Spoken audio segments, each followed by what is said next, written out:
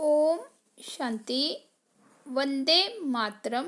माताओं के प्रति अव्यक्त बाप दादा की शुभ आशाएं, शिक्षाएं और वरदान। बाबा कहते, जो लक्ष्य रखा जाता है उसको पूर्ण करने के लिए ऐसे लक्षण भी अपने में भरने हैं। ढीले कोशिश करने वाले कहाँ तक पहुँचेंगे? कोशिश शब्द ही कहते रहेंगे तो कोशिश में ही रह जाएंगे। एम तो रखना है ना कि करना ही है। कोशिश अक्सर कहना कमजोरी है। कमजोरी को मिटाने के लिए कोशिश शब्द को मिटाना है। निश्चय से विजय हो जाती है। संशय लाने से शक्ति कम हो जाती है।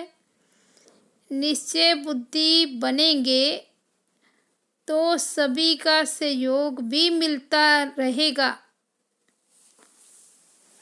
कोई भी कार्य करना होता है तो सदैव यही सोचा जाता है कि मेरे बिना कोई कर नहीं सकता, तब वही सफलता होती है।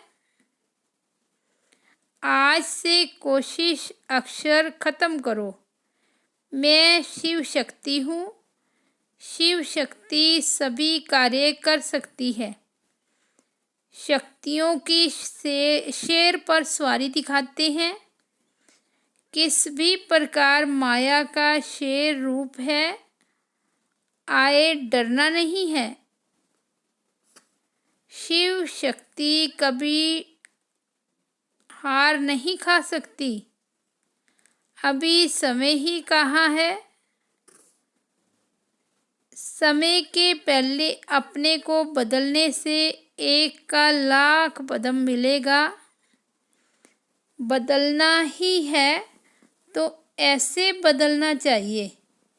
याद आता है कि अगले कल्प भी वर्षा लिया था। अपने को पुराना समझने से वह कल्प पहले की स्मृति आने से पुरुषार्थ सहज हो जाता है, क्योंकि निश्चय रहता है कल्प पहले भी मैंने लिया था, अब भी लेकर छोड़ेंगे। कल्प पहले की स्मृति शक्ति दिलाने वाली होती।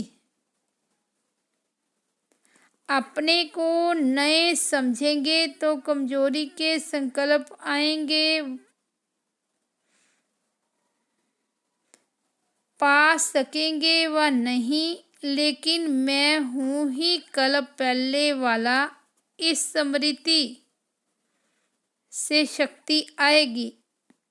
सदैव अपने को हिम्मतवान बनाना चाहिए। हिम्मत हारना नहीं। हिम्मत से मदद भी मिलेगी।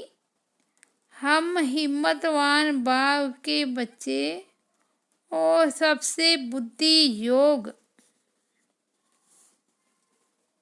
हम सर्वशक्तिमान बाप के बच्चे हैं। बाप को याद किया, यही हिम्मत है। बाप को याद करना सहज है व मुश्किल। सहज करने में सहज हो जाता है।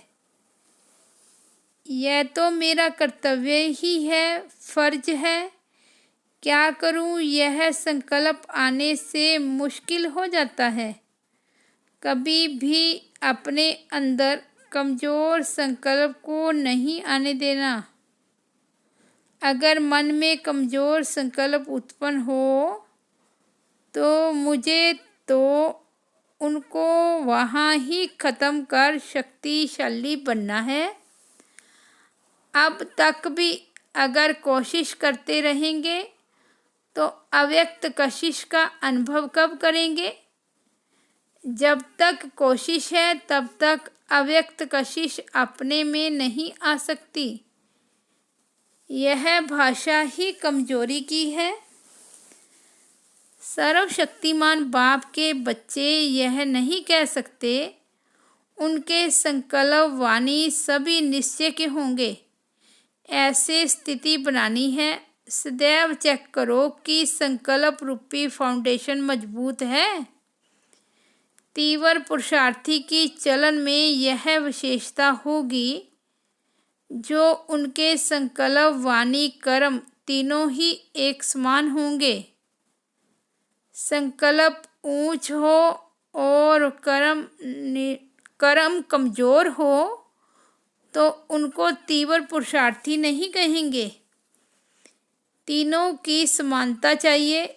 सदैव यह समझना चाहिए जो कि माया कभी कभी अपना रूप दिखाती है, यह सदैव के लिए विदाई लेने आती है, विदाई के बदले निमंत्रण दे देते हैं। सदैव शिव बाबा के साथ हूँ, उनसे अलग होंगे ही नहीं, तो फिर कोई क्या करेंगे। कोई बिजी रहता है तो फिर तीसरा डिस्टर्ब नहीं करता। समझते हैं तंग करने वाला कोई नहीं आए तो एक बोर्ड लगा देते हैं। आप भी ऐसा बोर्ड लगाओ जो माया लौट जाएगी, आने का स्थान ही नहीं मिलेगा। कुर्सी खाली होती है तो कोई बैठ जाता है। अच्छा, ओम शांति।